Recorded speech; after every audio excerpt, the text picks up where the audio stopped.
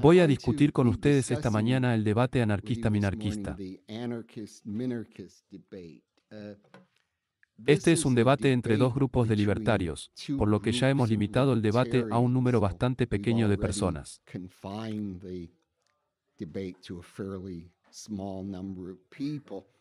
Y ambos. Las personas de ambos grupos aceptan derechos individuales, incluidos los derechos de propiedad. Y tanto los anarquistas como los minarquistas quieren un mercado libre. Entonces, la pregunta entre ellos es si todos los servicios deben ser proporcionados por el libre mercado o si es necesario un Estado para brindar protección, justicia y defensa.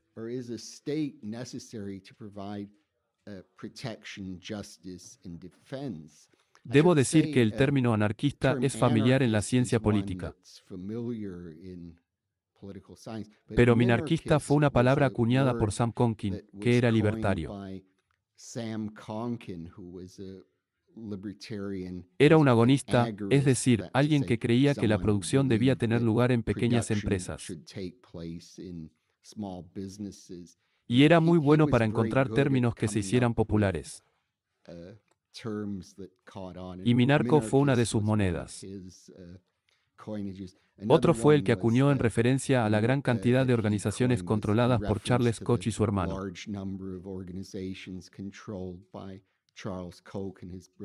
Acuñó la frase de coque topus, que algunos de ustedes habrán escuchado. Lo conocí en la década de 1970 y 80. Vivía en el área de Los Ángeles. No era un minarquista. Ahora la prima facie. Parece haber una dificultad en la posición minarquista, que dice, si el libre mercado es el mejor medio para suministrar bienes y servicios, ¿por qué debería haber una excepción para la protección, incluida la defensa y la justicia?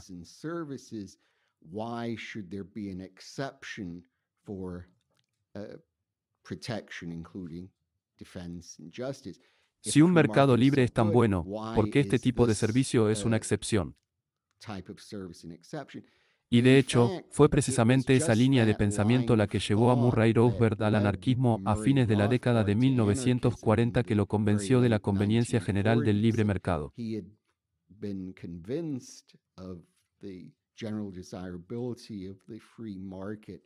En un debate con sus amigos de la Universidad de Columbia, que eran mucho más socialistas, le dijeron como si fuera un argumento reductivo, bueno, si el libre mercado es tan bueno, ¿por qué no tenemos un mercado libre?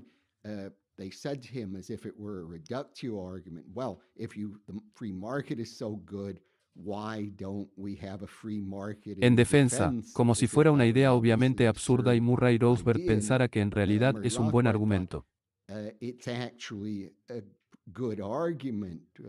Deberíamos tener un mercado libre en estas áreas y la coherencia lo requiere. Y eso lo llevó a su estudio de anarquistas individualistas del siglo XIX como Lysander Spooner y Benjamin Tucker.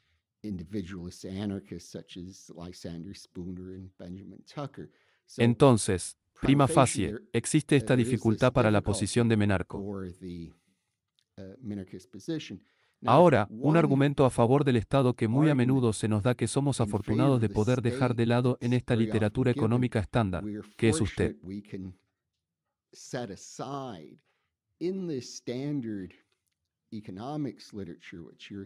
Estoy seguro de que ha encontrado este argumento en las clases que ha tomado o en las conferencias que ha dado aquí. Un argumento a favor de la provisión gubernamental de protección, defensa y justicia es que estos son bienes públicos. Recordarán, un bien público es aquel que es, tiene que ser, no es excluible. Se suministra a todos, digamos, el argumento sería, digamos para la defensa, que si la defensa, digamos, si hay una defensa en todo el país, las personas individuales no pueden optar por no recibir los servicios de defensa que se brindan a todos.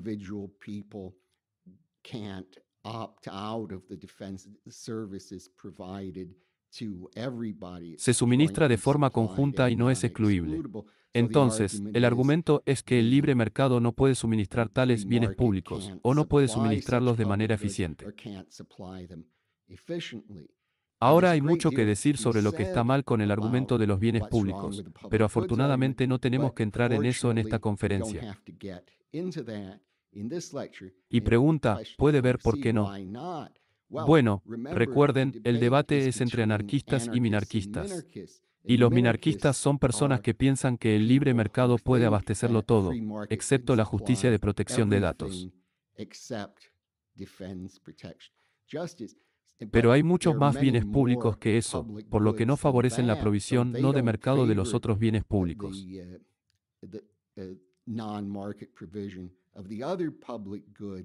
Por lo tanto, no pueden apelar al argumento de los bienes públicos como una razón para la prestación de estos servicios. Podrían decir que hay algo diferente en la defensa y los bienes relacionados de otros bienes públicos que requieren el suministro de ese bien por parte del gobierno en lugar del mercado.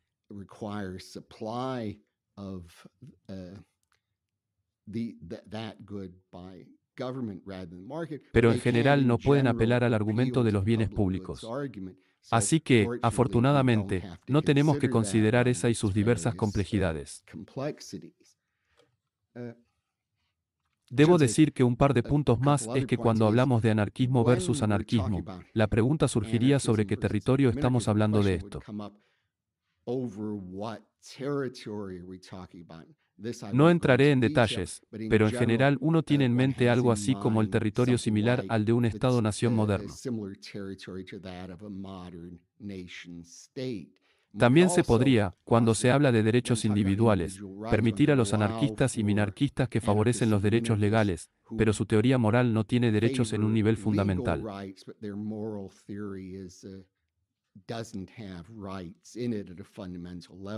Es decir, uno podría imaginarse, o en realidad hay personas como David Friedman, creo, que tiene esta teoría un tanto utilitarista que justifica el anarquismo. Aunque su punto de vista sobre la teoría moral es un poco difícil de precisar, existe un problema aparente para los minarquistas que son libertarios de los derechos naturales.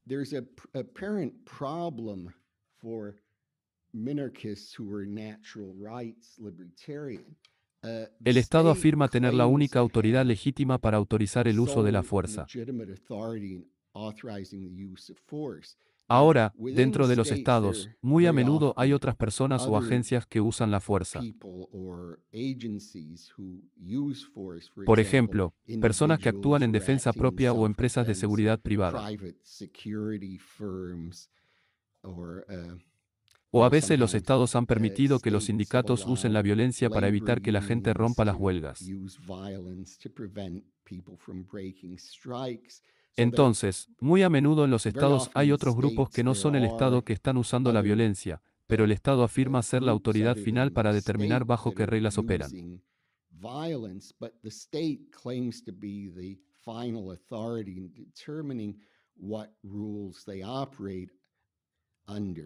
Digamos, si, por ejemplo, tuvo una disputa legal con alguien ahora y acudió a una agencia de arbitraje privada para resolver la disputa, entonces digamos que una de las partes se negó a obedecer la decisión del árbitro privado.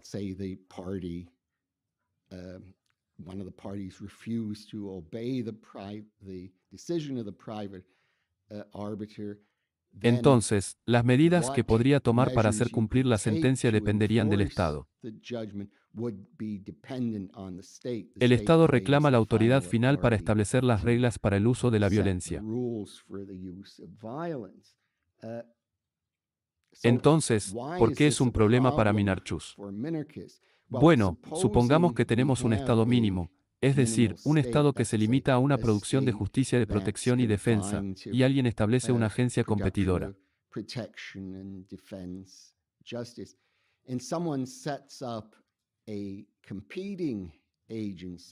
La agencia dice, bueno, estamos proporcionando defensa, protección, justicia, pero podemos hacerlo en mejores términos que la agencia existente. ¿Podría el Estado existente suprimir la agencia competidora? La dificultad es, ¿con qué derechos libertarios está interfiriendo esta agencia competidora?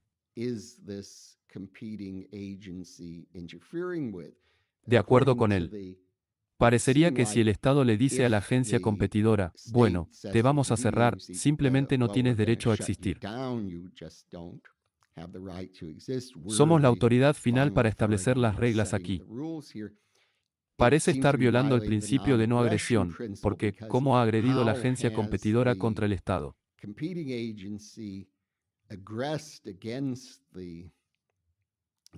Si dices, bueno, este Estado tiene derecho a ser el único proveedor de protección, justicia y defensa en el territorio. ¿Cómo adquirió este derecho? No parece ser uno de los derechos libertarios estándar, por lo que es una gran dificultad para la posición menarquista.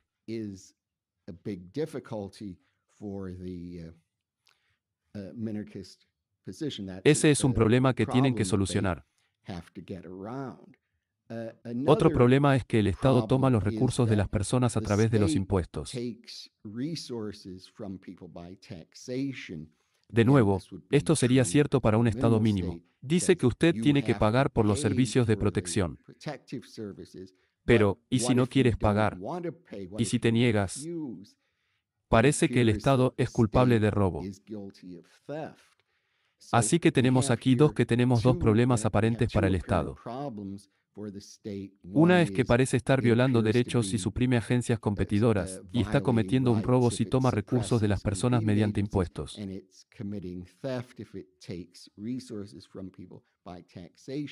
Ahora, al plantear estos problemas, no sostengo que eso resuelva el debate de una vez. Tenemos que considerar las respuestas minarquistas a esos argumentos. Pero solo por ahora, solo estoy sugiriendo que este es un desafío que los minarquistas tienen que enfrentar ahora. Vale la pena señalar que algunos partidarios del minarquismo no favorecen los impuestos. Por ejemplo, Einland tiene un sistema en el que no hay impuestos, pero la gente paga tarifas de usuario, por ejemplo, por ir a la corte o por traer a la policía.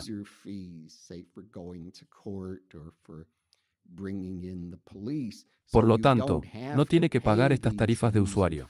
Puedes decir, mira, nadie, es de mi propiedad. No quiero pagar por esto, pero tú. Sería, al menos en la mayoría de los casos, muy en contra de sus intereses no pagar porque entonces no podría obtener ninguna protección o ir a la corte y demandar a nadie.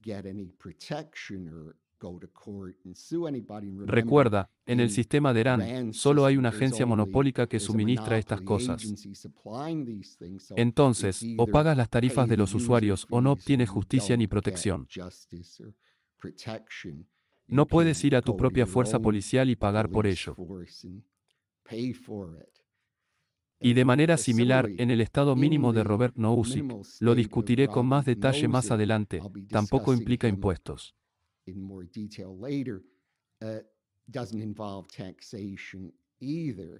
Pero en su sistema, a las personas que no quieren ser clientes de lo que él llama la agencia de protección dominante se les ofrecen pólizas de protección reducidas, y si no quieren pagarlas, son libres de hacerlo.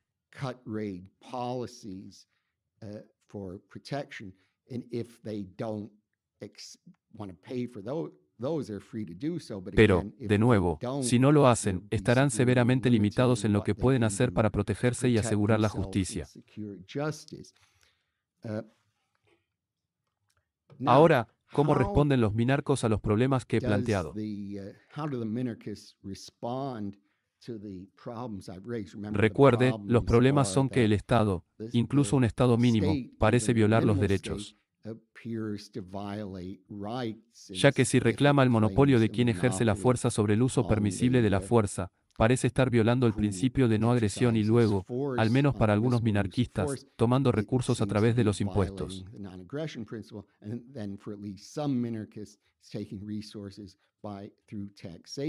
Así que, de nuevo, parece estar violando los derechos. Entonces, ¿cómo responde Minarco? Bueno, hay dos tipos de respuestas. Una es decir que lo que discutiré con más detalle es decir que el Estado mínimo de hecho no viola los derechos que parece.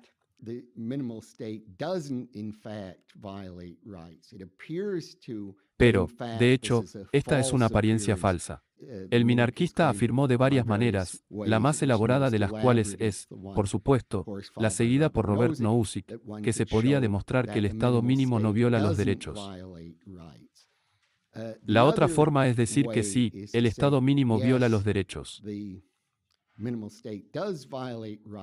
Pero a menos que estemos dispuestos a permitir estas violaciones de derechos, la sociedad no podría existir en absoluto. Entonces, en este punto de vista, estamos en una situación menos que ideal. Sería bueno si pudiéramos tener un sistema que respetara plenamente los derechos libertarios, pero no podemos tener eso porque las condiciones serían tan caóticas que la sociedad no funcionaría. Así que tenemos que hacer una excepción en nuestra adhesión habitual a los derechos. Ahora quiero entrar y escuchar. Para aquellos de ustedes que tienen la mala suerte de escuchar mi conferencia sobre Robert Nozick, esto implicará cierta repetición.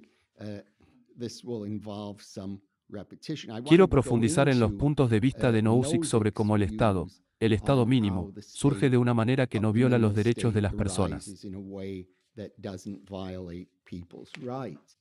Imagina una situación en la que partimos de una situación libertario, anarquista.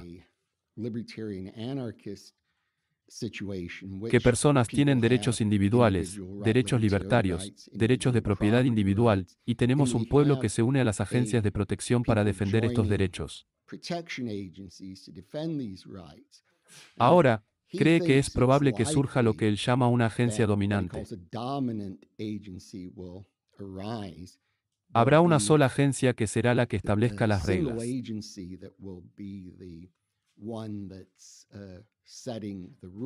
En parte, llega a esta conclusión a través de un procedimiento bastante complicado, ya que supone que las agencias de protección forman algún tipo de acuerdo entre sí sobre qué hacer en un conflicto, dicen que idean algún tipo de procedimiento de apelación y dirán, esto es lo que haremos en caso de que sus disputas vayan a un tribunal de apelaciones.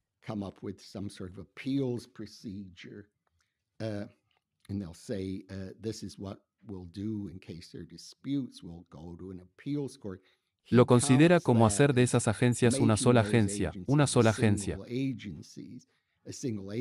Parece dudoso que sea una buena manera de verlo, pero no mucho gira en torno a este punto semántico. Pero ha definido un acuerdo entre agencias como una sola agencia.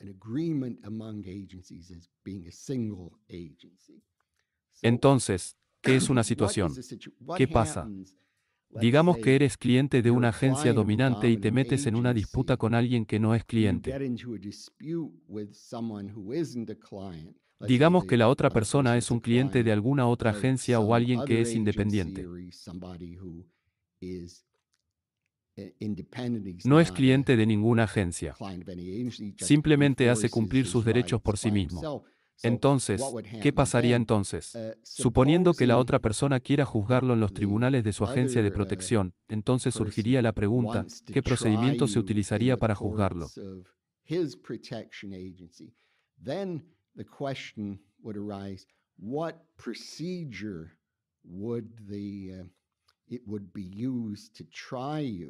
¿Y qué entendemos por procedimiento? Bueno, ¿cuáles son las reglas que se usarían para determinar tu culpabilidad? Podríamos imaginar diferentes conjuntos de reglas. Algunas reglas harían muy probable que cualquiera que sea culpable sea declarado culpable, pero correrían el riesgo de poner a personas inocentes a encontrar culpables a personas inocentes también.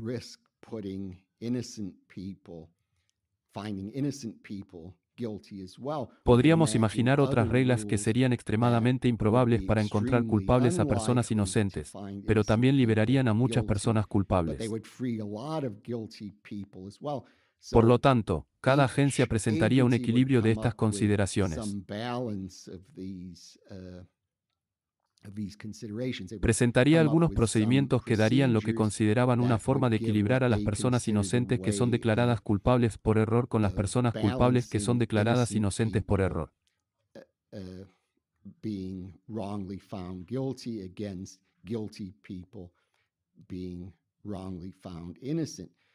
Ahora, ¿Qué pasa si la otra, la agencia que propone juzgarlo, tiene lo que usted considera un procedimiento de decisión arriesgado?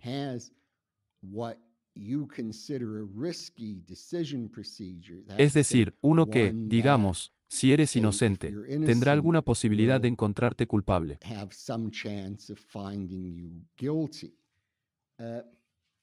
Entonces Nozick piensa, dice, bueno, esto podría despertar miedo. Podrías pensar, dependiendo de lo que te propongan hacer, si te encuentran culpable. Esto podría asustarte porque pensarías, imagina, digamos que estás acusado de robo y dicen que si te encuentran culpable, podrías.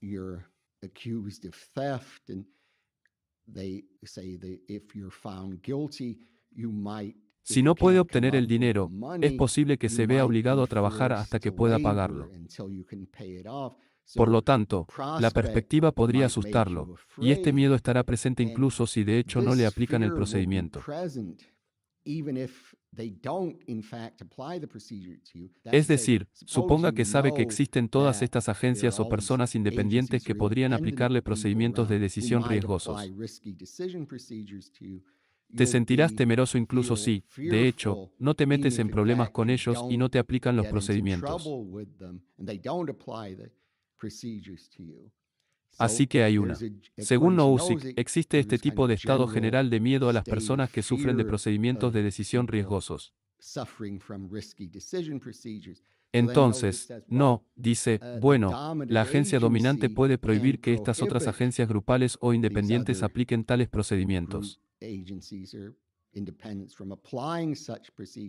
Puedes decir que no queremos. Nuestros clientes no quieren estar sujetos a ese miedo, por lo que podemos evitar que lo haga. Ahora no voy a entrar en las razones por las que Nozick cree que pueden hacer eso. Son muy complicados, y creé suficientes problemas en mi conferencia el martes al tratar de explicarlo, así que no voy a volver a caer en la misma trampa. Así que se podría decir, sin embargo, pero no hay un problema, ¿por qué la agencia dominante debería tener derecho a prohibir los procedimientos de decisión arriesgados? ¿Por qué debería tener más derechos que otras personas u otras agencias? Y la respuesta de no es no, no tiene esos derechos. Lo es. Otras personas también tienen derecho a prohibir los procedimientos de decisión riesgosos. Pero si hay un conflicto, perderán porque la agencia dominante es la agencia más fuerte, por lo que ganará los conflictos. Y entonces sus procedimientos serán los que se establezcan, sus decisiones serán las que se establezcan. Entonces, para repetir un punto que mencioné anteriormente, si supongamos que la agencia dominante prohíbe a otras personas aplicar procedimientos de decisión riesgosos, las personas a las que se les prohíbe aplicar dichos procedimientos realmente no han hecho nada malo.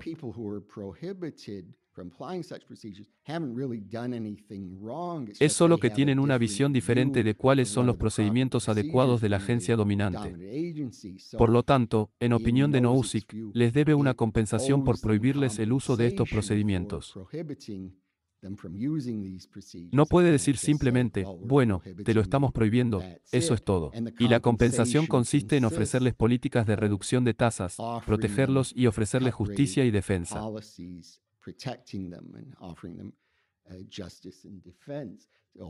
Son libres de rechazarlos, pero de nuevo, en general, no se les aconsejará que lo hagan.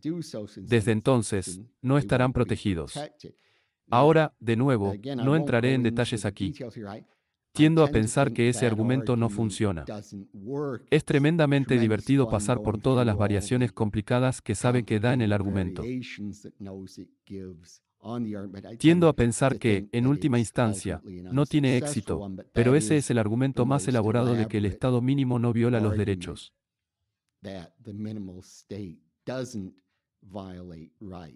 Debo decir que lo conozco bastante bien desde hace 20 años. Fue increíblemente ingenioso al proponer contraejemplos de argumentos. Sería muy difícil, casi imposible, darle un argumento en el que no hubiera pensando, pero a veces se puede hacer ahora.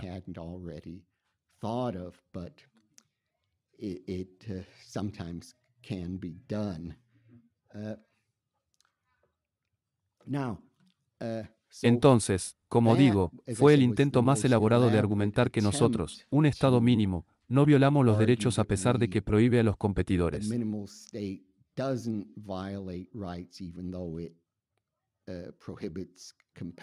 Y en mi opinión, en realidad no tiene éxito. Ahora quiero ir a los argumentos que se han presentado a favor de un Estado. Y estas son muy a menudo presentadas por personas que dicen, está bien, tal vez un Estado mínimo viola los derechos, pero lo necesitamos de todos modos.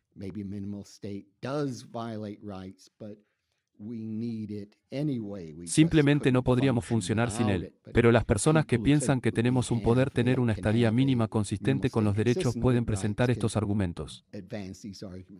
También, probablemente el argumento más popular a favor del Estado sería algo como esto: bueno, para tener un mercado libre, tenemos que tener un sistema de derechos de propiedad, leyes y derechos de propiedad.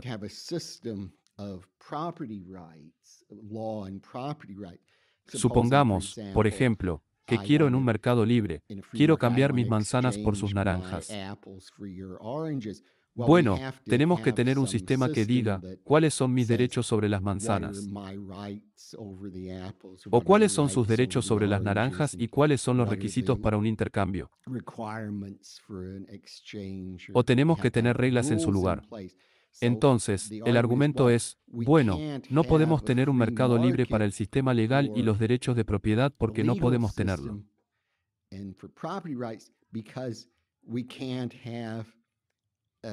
No podemos tener un mercado libre hasta que tengamos un sistema de este tipo. Así que eso no puede ser suministrado por el libre mercado. Es una presuposición del mercado. Murray Rothbard tiene una respuesta muy interesante a este argumento. Dijo, el problema básico con este argumento es que está confundiendo la necesidad de un sistema de derechos de propiedad y un sistema de reglas legales con un Estado.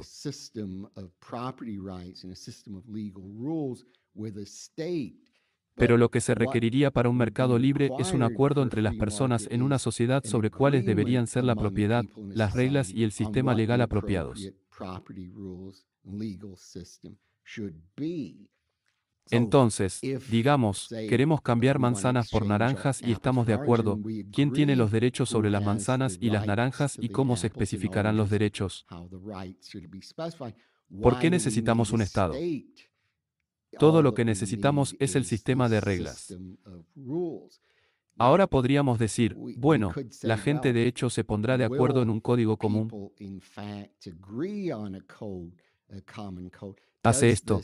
Estamos presuponiendo que hay un código libertario único y común que lo arregla todo. Bueno, Rothbard no creía que existiera un código que lo resolviera todo, pero pensaba que había una gran medida en la que podíamos establecer cuál debería ser el objetivo, los procedimientos y los derechos. Y pensó que la gente podría llegar a aceptar tal sistema y si lo hicieran, entonces no sería necesario ningún Estado.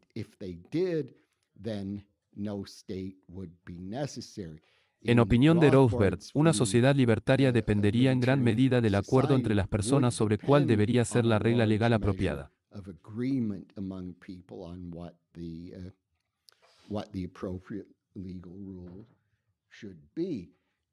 Y hay muchos ejemplos históricos que podríamos señalar en los que la gente ha llegado a un acuerdo sobre un código legal común. Por ejemplo, la ley mercantil que regía lo que sucede, por ejemplo, en el comercio internacional y las disputas entre comerciantes de diferentes países.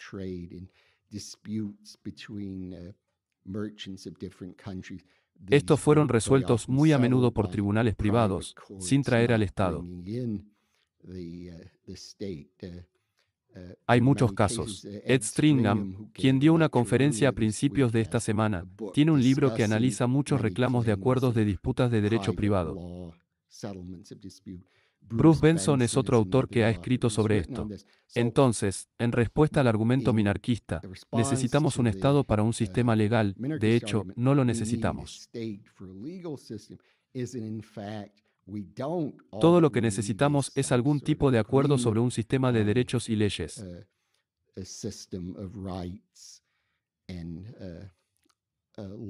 Y de hecho, en muchas áreas, hemos tenido un acuerdo de este tipo. Ahora, otro argumento que se da muy a menudo es este: si hubiera agencias de defensa privadas, no pelearían entre sí.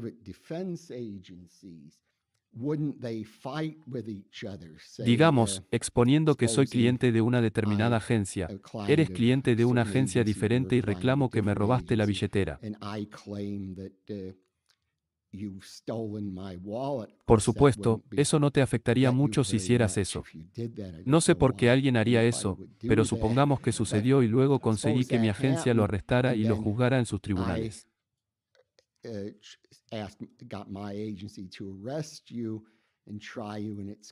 Y luego la otra persona simplemente apeló a su agencia para que saliera en su defensa.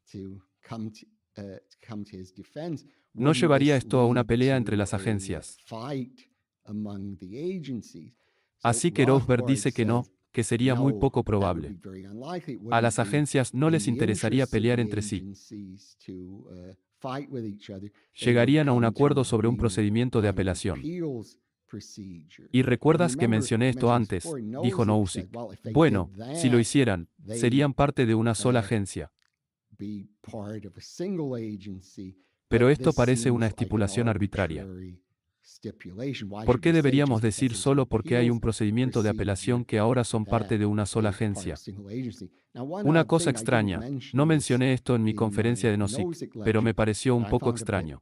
En Anarquía, Estado y Utopía, hay una nota a pie de página en la que Nozick menciona la sugerencia de Rothbard de un procedimiento de apelación mediante el cual las agencias de defensa en competencia resolverían las disputas. Y él dijo, bueno, esto podría suceder, pero Rothbard no da ningún argumento de que esto tendría que suceder. Parece algo que se le ocurrió para resolver el problema, pero no muestra que esto tendría que suceder. Y lo que me pareció extraño de esto es que el propio Nozick al principio del libro dijo que eso era lo que sucedería si fueran agencias competidoras. Así que estaba dando la misma solución que la que dijo que era arbitraria cuando Rothbard la estaba dando solo como un punto secundario.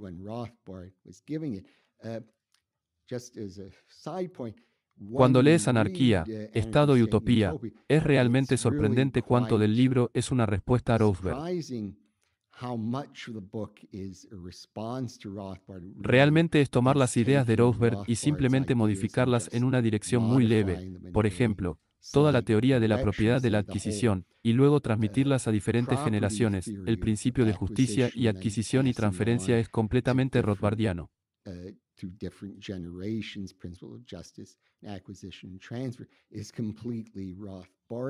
Así que es realmente un libro muy rothbardiano. Eso es no reconocer lo que realmente es. Pero, si lees el libro, te sorprenderá la cantidad de citas de Rothbard en el libro. O tal vez después de haber dicho eso, no te sorprenda.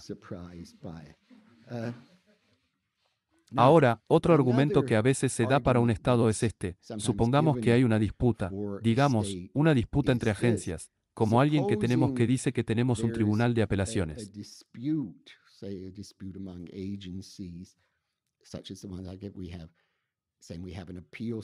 Tiene que haber un tribunal de apelación definitivo.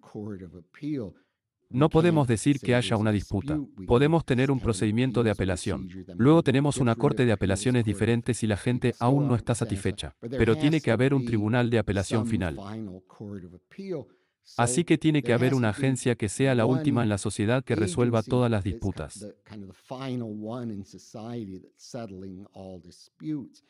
Podemos tener disputas a un cierto nivel limitado, pero tiene que haber una agencia que realmente esté resolviendo todo. Ahora, este argumento, muchas veces en la filosofía política, tenemos argumentos que simplemente se basan en premisas en competencia que algunas personas encuentran plausibles y otras no.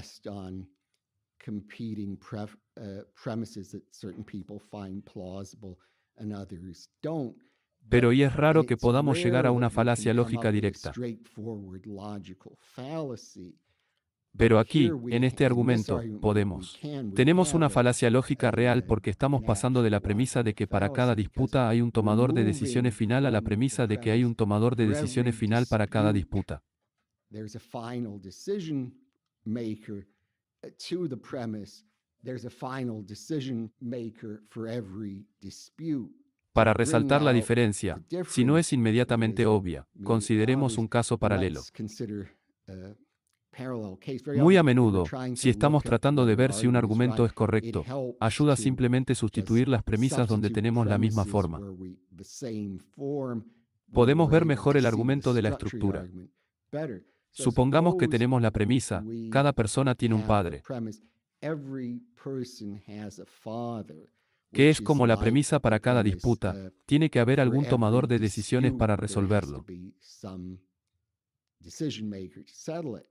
Por lo tanto, no podríamos concluir que cada persona tiene un padre para alguien, lo que significa que una persona en particular es el padre de todos. La primera premisa es cierta, pero la segunda es bastante más dudosa. La conclusión es bastante más dudosa. Nombre de la misma. Hay una persona que es el padre de todos. De manera similar, no se sigue que para cada disputa haya un tomador de decisiones. Hay un tomador de decisiones y el mismo para cada disputa.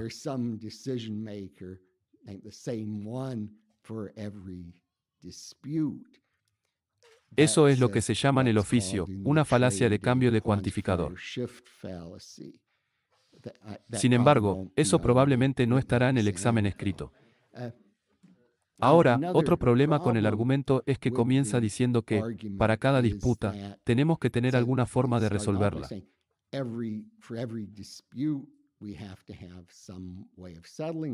Pero, ¿por qué es cierto? Tal vez hay algunas disputas que deberíamos soportar. No vale la pena el costo de resolverlo.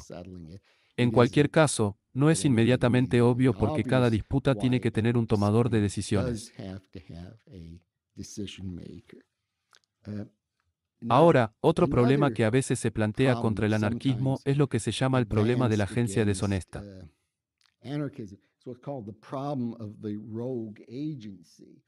La sugerencia aquí es que si tuviéramos un sistema anarquista, habría una posibilidad de que las agencias deshonestas, es decir, las agencias que no respetaban los derechos libertarios, podían surgir y comenzar a agredir a otras personas, algo así como la mafia. Y que si tuviéramos un sistema anarquista, conduciría al control de estas agencias deshonestas. Pero como señaló Rothbard, otras agencias podrían combatir a la agencia deshonesta si presumiblemente la mayoría de las personas en la sociedad no quisieran la agencia deshonesta, por lo que las otras agencias podrían combinarse en su contra y suprimirla por violar los derechos.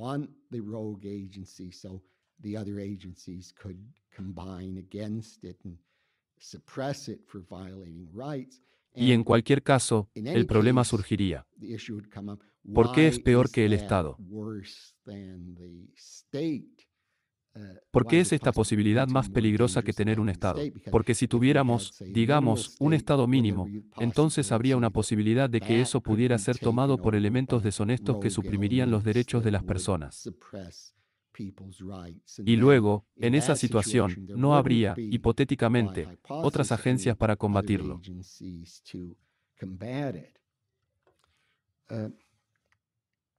Otro argumento monárquico, que creo que es muy interesante.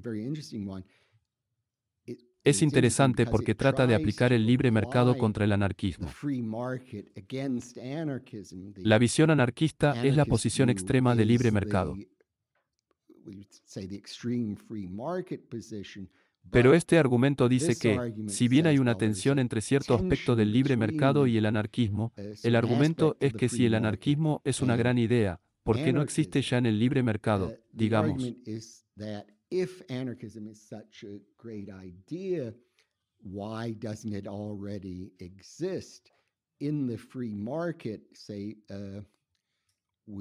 El argumento general es que el mercado suministrará lo que los consumidores demandan porque es en interés de los empresarios suministrarlos.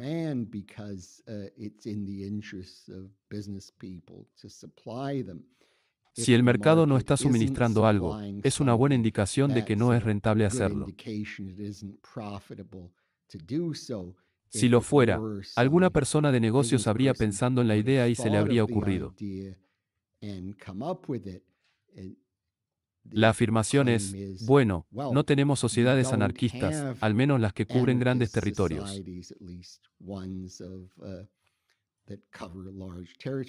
Hay varias afirmaciones históricas de que ha habido tales sociedades, como Islandia o, a veces, otras afirmaciones de Irlanda en varios momentos.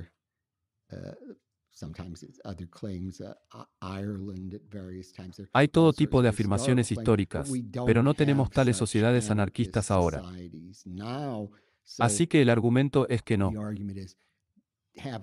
No falla el anarquismo en la prueba del mercado. Si los consumidores quisieran el anarquismo, ya lo tendríamos ahora.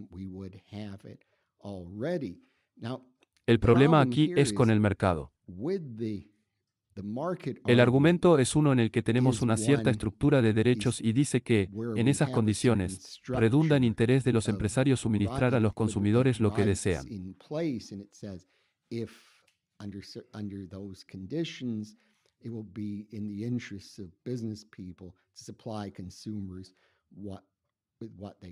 Pero una vez que introducimos la violencia en la imagen, eso cambia las cosas. No es un argumento de que una vez que introduzcamos, el argumento no es que una vez que tengamos violencia, el mercado seguirá produciendo lo que la gente quiere.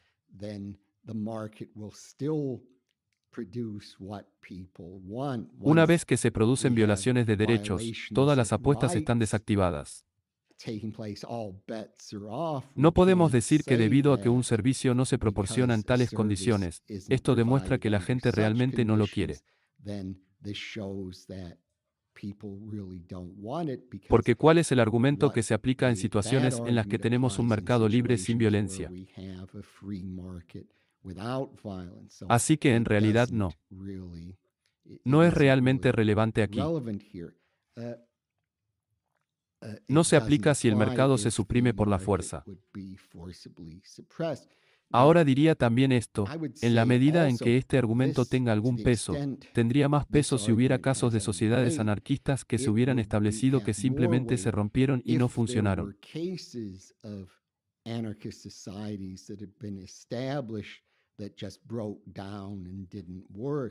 Entonces tendríamos alguna razón para pensar que no era una buena idea.